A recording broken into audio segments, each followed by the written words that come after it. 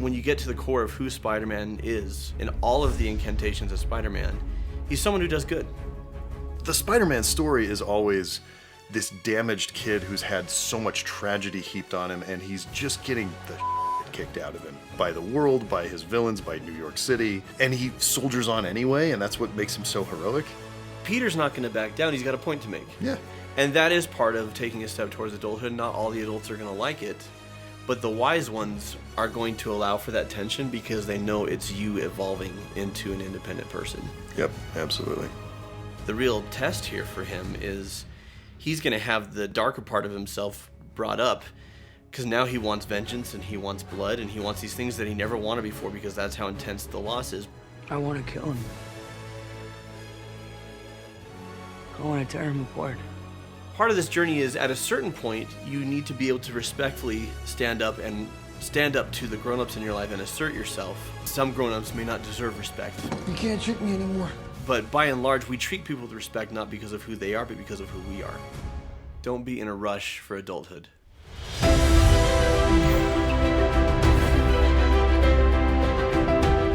Hello and welcome to Cinema Therapy. I'm Jonathan Decker, licensed therapist, and I love movies. I'm Alan Seawright, professional filmmaker, and I need therapy and have just been webbed. We're going to talk about Tom Holland's Spider-Man in this Psychology of a Hero episode. Psychology of a Hero episodes meant to help us see that our heroes struggle with the same mental, emotional, relational issues that we do and how they work through it. We are going to focus on the journey from adolescence into adulthood. Mm-hmm. And basically going from someone who relies on mentors and adults to take care of you to someone who stands on their own and is a leader and guides others on their way. Because I've been me my whole life, and I've had these powers for 6 months. Mm-hmm. I read books, I build computers. And yeah, I would love to play football. But I couldn't then, so I shouldn't now. Sure, because you're different. Exactly. So modest. Don't tell anybody that, so I'm not. Look, when you can do the things that I can, but you don't, and then the bad things happen, they happen because of you. That lands for Tony. Yep. So you want to look out for the little guy, you want to do your part, make the world a better place, all that, right? Yeah, just looking out for the little guy. That's what it is. Peter's going small scale right here. Because that's what he thinks he's fit for. Yeah. I'm going to sit here so you move the leg. Man, Robert Downey Jr. was worth every penny in Yeah, this he movie. was. Got a passport? No, I don't even have a driver's You ever been license. to Germany? No. Oh, you'll love it. I can't go to Germany. Why? I got homework. No, I'm being serious. I can't just drop out of school. Might be a little dangerous. Better tell Aunt Hottie I'm taking you on a field trip. Don't tell Aunt May. So this idea that if you can do the things that I can do, and you don't do them and the bad thing happens, then it's on you, right? That everywhere Spider-Man goes, chaos and calamity ensue. I experienced this as a therapist. Like, I now have the skill set to help, so what happens if I don't? Right? And I think that's true no matter who you are. I have the skill set or I have the experience, right? That we can't stop all bad things from happening, which is going to be a sticking point for Peter. And I mean, you can see, and we'll see a lot more, that Tony already sees this kid is not only wise beyond his years, but wise beyond me. Yeah, because I'm a genius. Because I'm a genius, and this kid figured it out better than I did, and he worded it better than, and he's more moral than I am. I'm an immoral person striving for morality. Right. And this kid's already there. This kid's just nailed it right out the gate. It's like, and, you know, I also identify with that as a boy who was raised on Luke Skywalker and superhero, you know, stories and everything. And what's fun about this character is in some ways he's very wise, and in some ways he is a naive, stupid kid whose brain is still developing. After losing so many people, dealing with a staggering amount of pressure, and frankly, a lot of trauma, Spider-Man would probably benefit from seeing a therapist, don't you think? Yeah, he could use a friendly neighborhood therapist. Or an online therapist in case he's, you know, in space, saving the planet. Today's video is sponsored by BetterHelp. BetterHelp is not a crisis line, it's not self-help, it is professional therapy done securely online. BetterHelp will assess your needs and match you with a therapist, and then you can start communicating with them within 48 hours. They make it easy and free to change therapists if needed. They want to make sure you're matched with a therapist who's a good fit for you. BetterHelp has a network of over 20,000 therapists with a wide range of expertise, some of which may not be available in your section of Queens. You can log into your account at any time to send messages to your therapist. And also schedule weekly video or phone call sessions. It's more affordable than traditional offline therapy. They accept HSA benefits, and financial aid is available. That's lovely. Especially if you're a starving superhero living in a crappy apartment. Visit betterhelp.com/cinematherapy and join the over 2 million people who are swinging their way into mental health with the help of web shooters and an experienced professional like him. Click the link below and get 10% off your first month at betterhelp.com. That's betterhelp.com/cinematherapy. I can keep the suit?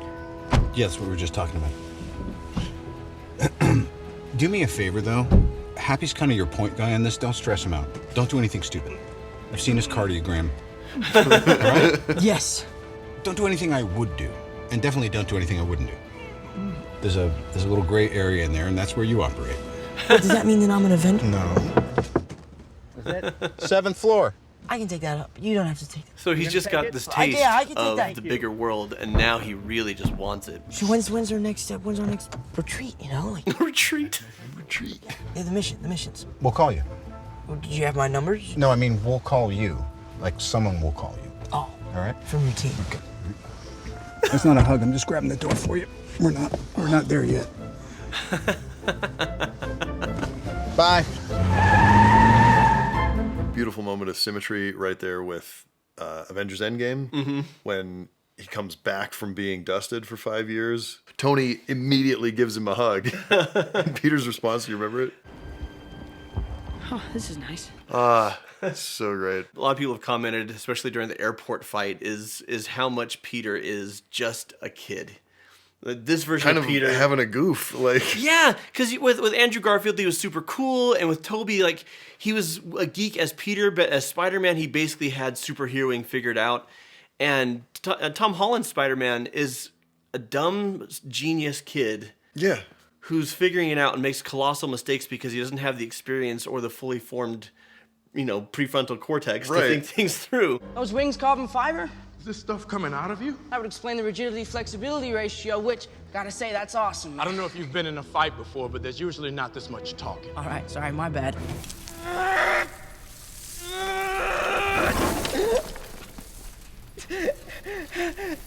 Hello! I love that he's just.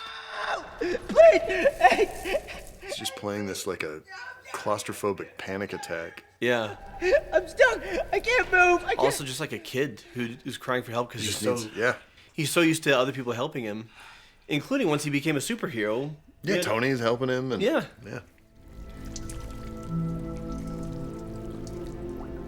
Remember who you are.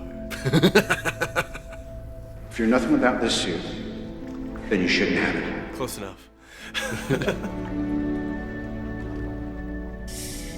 Mentor figure's voice echoing through the distance. Come on, it's the same thing. Come on, Spider-Man. I'm Spider-Man, that's who I am. I'm not a little kid who needs help. Come on, Spider-Man! But what's really cool to me about this scene is when you are journeying from adolescence into adulthood, you really want to be an adult already, you really want to stand on your own, and then generally you try to and you suck at it. Right. But there are these moments, and they become more and more frequent as you are an adult, where you have to rely on the strength you have within you instead of the strength of other people, the wisdom of your own experience instead of the wisdom of other people's experience. And this is his first step into that. And it's rightfully badass and powerful.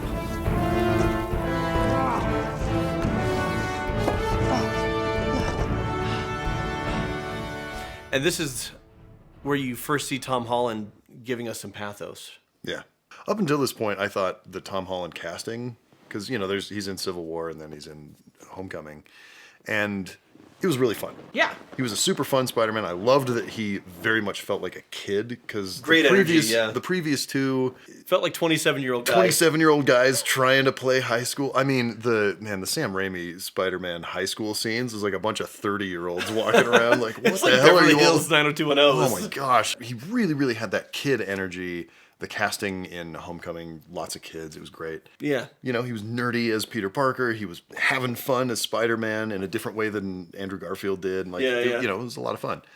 This was the moment where I was like, he can get to Peter Parker. Because the Spider-Man story is always this damaged kid who's had so much tragedy heaped on him, and he's just getting the kicked out of him by the world, by his villains, by New York City. Yeah. And that's kind of and he soldiers on anyway, and that's what makes him so heroic. Yeah. And until that point, none of that was really happening. It was just like kind of a dorky kid who was like having fun. It was a John Hughes movie with superpowers. It was, that's exactly what it was. It was a John Hughes movie with superpowers. And this was the moment where it was like, oh, okay, this is where we're going. I didn't know it was going to take 4.5 movies to get there. Yeah. But that was all fun too. By that you mean at the end of No Way Home, he's finally like classic He's Spider-Man. finally classic. He's living in an apartment. Nobody knows who he is. He's dirt poor. Dirt poor. There's Yeah. no hope for him. You know, it's just like, I guess I can go Spider-Man some, and that'll be fun. Yeah. Then I'll Yeah, go I deliver love some it. pizzas. Pizza time. But we see here that Tom Holland can do it. And so he takes his first step into leaning into his own power. And he's vacillated this whole movie. Like, before he says, I just want to be a friendly neighborhood Spider-Man. And then he's like, I could be an Avenger. I could be an adult. I can hang out with Thor. I fought Captain America. I took his shield. Like, and this happens too when you're a teenager and you're good at one thing. You're generally overconfident in your abilities across the board. I'm not done. Okay, I'm done. It's about 50 reporters behind that door. Real ones, not bloggers. When you're ready, With RDJ, there's so many like little tangent throwaway lines that just...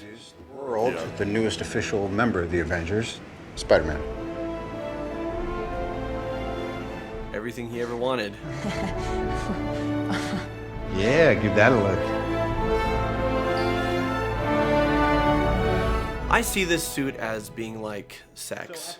You're a teenager, you think it's everything you ever wanted, and you realize, oh, there's a lot of responsibility that comes with this. A lot of responsibility. Plus, you put it on, and it might not be as comfortable as you think. So maybe I'll wait a while, you know? Maybe I'll hold off. I still want it, just not 17, I don't need to right now. Wait a couple years, it's okay. This is a start. But I'm good. You're good? Good. How are you good? I mean, I'd rather just stay on the ground for a little while. Friendly neighborhood Spider-Man. You know, somebody's gotta look out for the little guy, right? You turning me down? You better think about this. Look at that. Look at me. Last chance, yes or no? No. Okay. It's kind of a Springsteen-y, working class hero vibe that I dig. Happy will take you home. Yeah? Yeah. The thing is, he still aspires to be an Avenger someday, Yeah, totally. Thank you, Mrs. Stark. Yes, Mr. Parker. Very well. See you around. but he's realized, I have a lot to learn, and this is okay. Don't be in a rush for adulthood. That was a test, right? There's nobody back there? Yes, you passed. All right, skedaddle there. Thank you, Young Mr. Stark. buck. Thank you. Young buck. Told you he's a good kid. Oh, RDJ, we miss you. I do not want him to come back. I don't want to like negate how great an ending he had, but I do miss him. So he wants to be a friendly neighborhood Spider-Man, and then his next move is to follow Tony into space. As one does.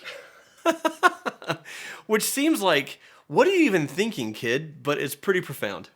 What the? I know what you're gonna say. You should not be here. I was gonna go home. I don't wanna hear but it. it was such a long way down, and I just thought about shooting. And now the I leg gotta that hear kinda it. stuck to the side of the ship. And this suit is ridiculously intuitive, by the way. So if anything, it's kind of your fault that I'm here. What did you just say? Now I'm here in space. Yeah, right where I didn't want you to be. This isn't Coney Island. This isn't field trip. This is a one-way ticket. You hear me? Don't pretend you thought this No, I through. did I know think you this through. didn't. I You did could think this not through. have possibly thought You this can't through. be a friendly neighborhood Spider-Man if there's no neighborhood. Okay, that didn't really make sense, but you know what I'm trying to say. He sees this kid already possesses this great moral wisdom. You know, he doesn't have life wisdom yet. What's interesting about Tony is he was way behind the 8 ball when it came to morality and ethics, and he's still trying to catch up. And whereas Peter is kind of a clueless, naive kid, but when it comes to just decency, he's got it in spades, yeah. Yeah, and Tony's just like, oh, part of this journey is at a certain point, you need to be able to respectfully stand up to the grown-ups in your life and assert yourself. I mean, some grown-ups may not deserve respect, but by and large, we treat people with respect not because of who they are, but because of who we are. And in this case, Tony does deserve his respect. For sure. But Peter's not going to back down. He's got a point to make. Yeah. You know? And that is part of taking a step towards adulthood. Not all the adults are going to like it, but the wise ones are going to allow for that tension because they know it's you evolving into an independent person. Yep, absolutely. And then he loses Tony. Yeah. And this is where it really starts to hit him hard, that adulthood is loss. And that loss is part of the journey to adulthood and part of adulthood itself.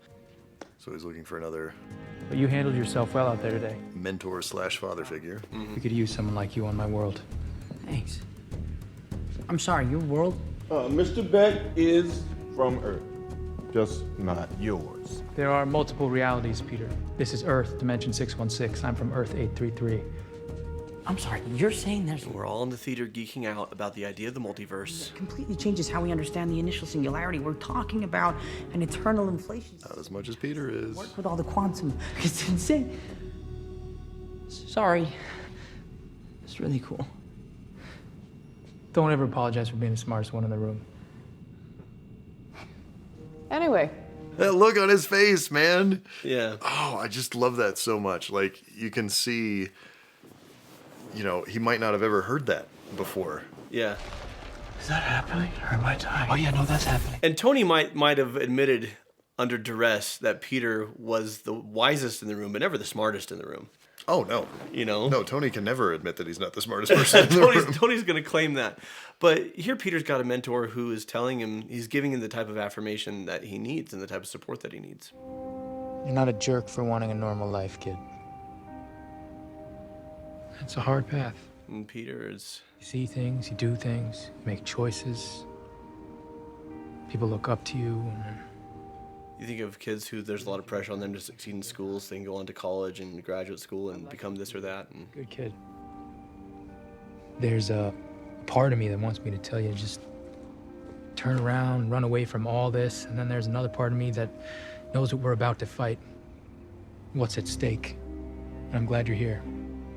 As a mentor, he's warm and caring and says he knows exactly his high social intelligence, emotional intelligence. What does Peter need? I always feel like I'm putting them in danger.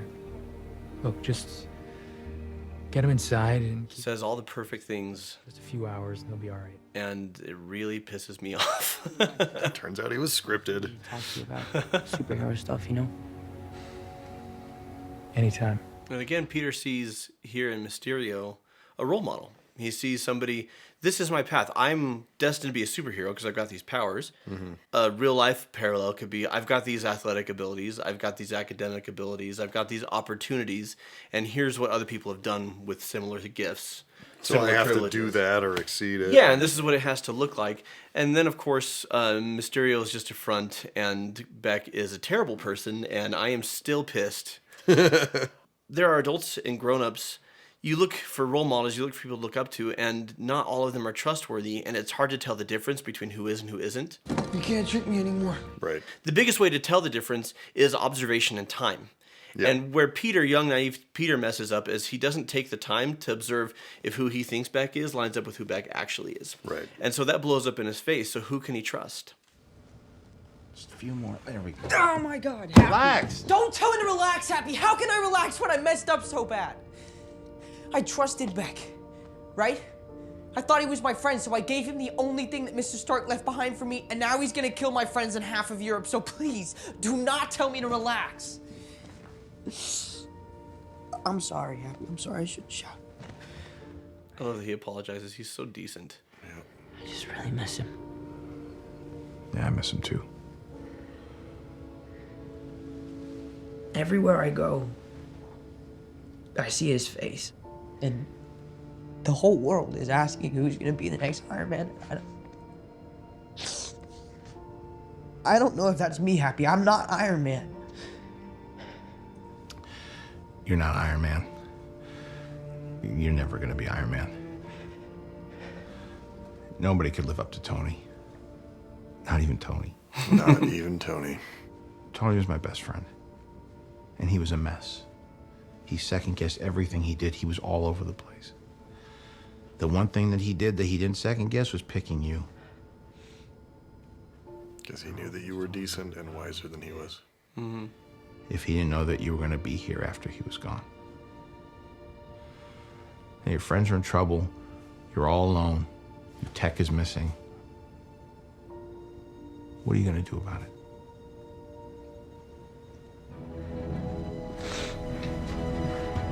I'm gonna kick his ass. I think Tony, he wasn't going to count on Peter to always do the smart thing, even though Peter's very intelligent. Yeah. But he could count on Peter to do the right thing. Talking about role models, like Peter sees in Tony, and then he sees in Beck superhero role models, right? And he's talking about being the next Iron Man, and I can't be the next Iron Man. He's patterning himself after Tony. He's got a Stark suit, you know, like Tony. He's a genius inventor. He invents his web shooters, you know, all these different things. And the thing about having role models is it's good to a point, but if you stay too close, you don't establish your own identity. I want to kill him. I want to tear him apart. I can still hear her voice in my head.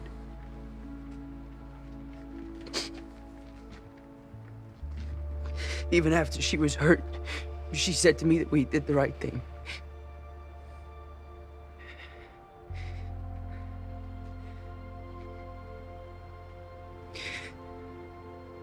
She told me that with great power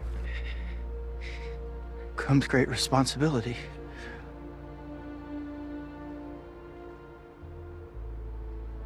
Wait, what? How do you know that? Uncle Ben said it. The day he died.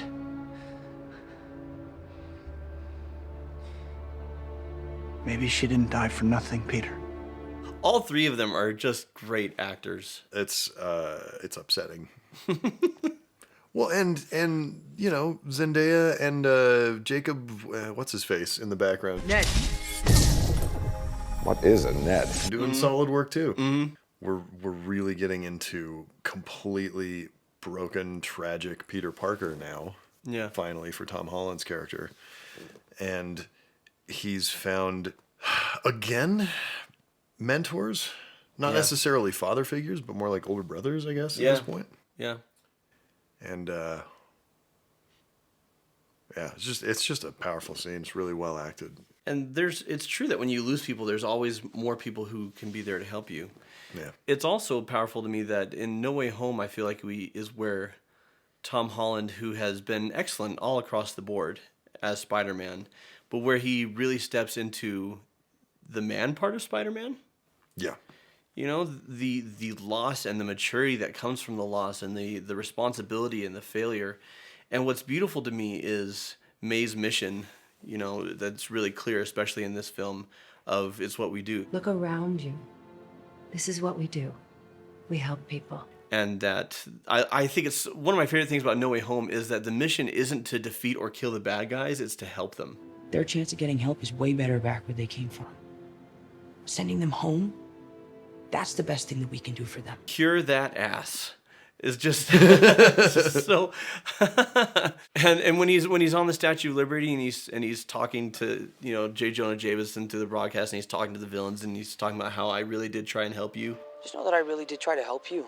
The real test here for him is he's going to have the darker part of himself brought up, because now he wants vengeance and he wants blood and he wants these things that he never wanted before, because that's how intense the loss is. I just want to kill you myself. But the person that he lost wouldn't want him to do it. Right. You know? And it's just beautiful to me when you get to the core of who Spider-Man is and all of the incantations of Spider-Man. He's someone who does good. He's someone who helps people. He's just awesome, okay? He protects the neighborhood and, you know, he's inspiring. He inspires me to be a better man. What's up, dickwad? He's someone who has these gifts. And it's really like what appealed to me about Superman is someone who has the power to basically crush people and... Oh, yeah. Or lord over them or be superior to them, and he's a servant of the people. Mm-hmm. You know, and I just think that's beautiful. You know, with great power comes great responsibility. And Then we get, speaking of the brotherhood. I know, we suck. I don't know how to work as a team. Me neither. Well, I do. I have been in a team, okay? I don't want to brag, but I will. I was in the Avengers. The Avengers? Yeah. That's great. Thank you. What is that? Wait, you don't have the Avengers? Is that a band? Are you in a band? He's so excited. Look, it's not important. All we gotta do is focus, trust your tingle, and coordinate our attacks, okay? Yes. Okay. Let's pick one target. Right. And we take them off the board one at a time. Now you got it. Okay, Peter 1, Peter 2. Peter 2. Peter 3. Peter 3. All right, wait. I love you guys. Thank you. All right, let's do this. Let's go. It's so wholesome. Oh man, it's so great. Yes! And then just all three of them having so much fun swinging. And then using each other's webs to swing each other around. And let's get all the spider poses. Gosh dang, this movie was fun. And so much of it is down to these three obviously loving the hell out of working together and like getting to be spider bros. But here we see Peter stepping into something that he's never stepped into before, which is leadership. Yeah. And he's the younger brother. Right. And yet he is the only one with team experience. He was in a band. Is that a band? Are you in a band? And then Peter makes this great sacrifice, and, you know, he's lost his Uncle Ben, which we never see, but we know it happens. Yeah, get in the line. And then he loses Tony, and he loses Beck, and he loses May, and then here he loses Happy.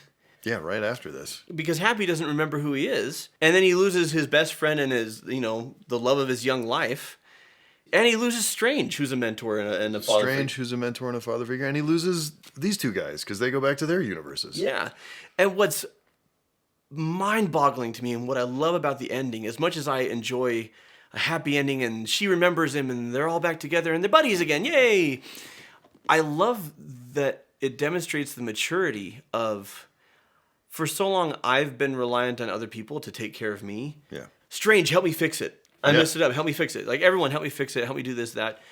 That now he's just like, I just fixed it for everybody else. I'm going to make the sacrifice play here. And I'm going to start again on my own. Is there anything else? No. And he's not even, like, it's bittersweet, but he doesn't hate it. Right. You know? And also, that's how much he loves MJ. He's thinking of, this will keep her safe and this will keep her happy. And that's part of adulthood. This Peter, stepping into adulthood, if you're an adult, you're responsible for others. That's right. And if you're an adult, you take care of others, and that requires sacrifice. And what Peter does here is, he's an adult. Yep. And so really what we have so far is the first act of adolescence to adulthood, and if we continue with Tom, we'll see what he does now as a grown-up. Until he hopefully becomes a mentor for Miles Morales, because let's get him in the MCU, please. Yeah, I'm looking at this image of the three of them, and it's hard to pick who my favorite is. I mean, yours is obviously Toby. He's my least favorite. Look, all you Toby lovers that are hating me in the comments, mostly David, our editor. I love Tobey Maguire as Spider-Man and as Peter Parker. He's just my least favorite of the three in both roles. Tom Holland, once we get to the end of No Way Home, he's probably my favorite. Yeah. And I still just, Andrew Garfield in the Spider-Man suit. Oh no! Small knives! Like, come on. Yeah. That's my Spider-Man. So this has been we've covered in the Year of the Spider, but our next stop is going to be Into the Spider-Verse. We're going in. Yeah, all in. So until next time. I don't want to brag, but I will. I was in the Avengers. Is that a band? Were you in a band? And watch movies! Oh, I never want to do this ever again! MJ, I'm so sorry, but I can't see anything with your hand in my... I'm sorry. Okay, where are we going to go? I